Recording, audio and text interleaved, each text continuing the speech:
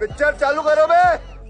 चलो भाई देखो अब मैं क्या करता हूँ। यही कांग्रेस पार्टी जिसको कुछ साल पहले तक, जब तक कन्हैया कुमार लेफ्ट में थे तो कहते थे साहब एक वो इंदिरा गांधी थी, क्या कहते थे आप, उन्होंने नारा दिया था गरीबी हटाओ वाला। यही प्रॉब्लम है। आप पूरा वीडियो सुने हैं? नहीं।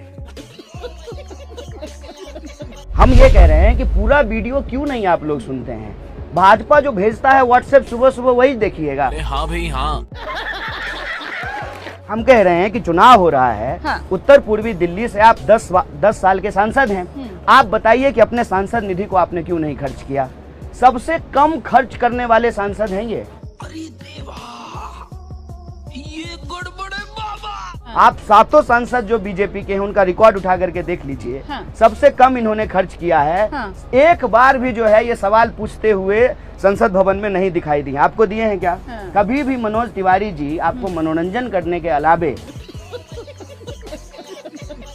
देखा आपने लापरवाही का नतीजा है। कभी भी संसद में उत्तर पूर्वी दिल्ली की जनता के सवालों को लेकर प्रश्न पूछते हुए दिखाई दिए हैं? मनोज तिवारी जी ने कहा कि बाहर से आए हैं, तो मतलब हम बाहर से आए हैं और वो यहीं के हैं, और फिर कहते हैं कि वो बिहारी हैं, तो मतलब वो बिहारी हैं तो वो बाहरी नहीं है, लेकिन हम बिहारी हैं तो बाहरी हैं। ये भगवान क्या जुल्म है।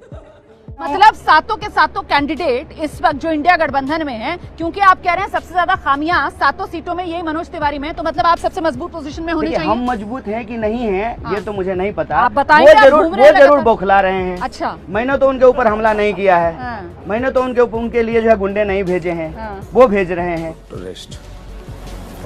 इतना छोटा पहले कभी नहीं हुआ हो। ये बिहारी वर्सेस बिहारी की लड़ाई, कौन बिहारी किस पर पड़ने वाला है भारी इस बार भाई?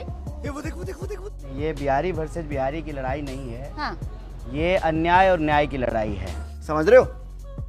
समझ रहे हो आप? 10 साल से इस देश में जो अन्याय हो रहा है उसके खिलाफ हम लोग न्याय की पुनर्स्थापना चाहते हैं। जिस तरह से इस देश में लोकतंत्र की हत्या की गई, जैसे एमपी जो बीजेपी के हैं, बीजेपी सांसद के बेटे ने ईवीएम हाथ में लेकर के कहा कि ईवीएम मेरे बाप का है। और आपने सुना होगा टीवी पे, कभी यही भाषा संबित पात्रा बोलते थे कि मोदी जी देश के बाप हैं। आजकल कह रहे हैं कि भगवान जगन्नाथ जो है वो मोदी जी के भक्त हैं। माफी मांग ली वैसे तो उन्होंने उस पर। नहीं हाँ। ये उनकी सोच है। ठीक है। वो कई बार जो है भाजपा के नेता जो है मोदी जी को विष्णु जी का अवतार भी बताते हैं। हर हर महादेव यह देश लगाता है, वो हर हर मोदी कहते हैं। हाँ। झूठ है।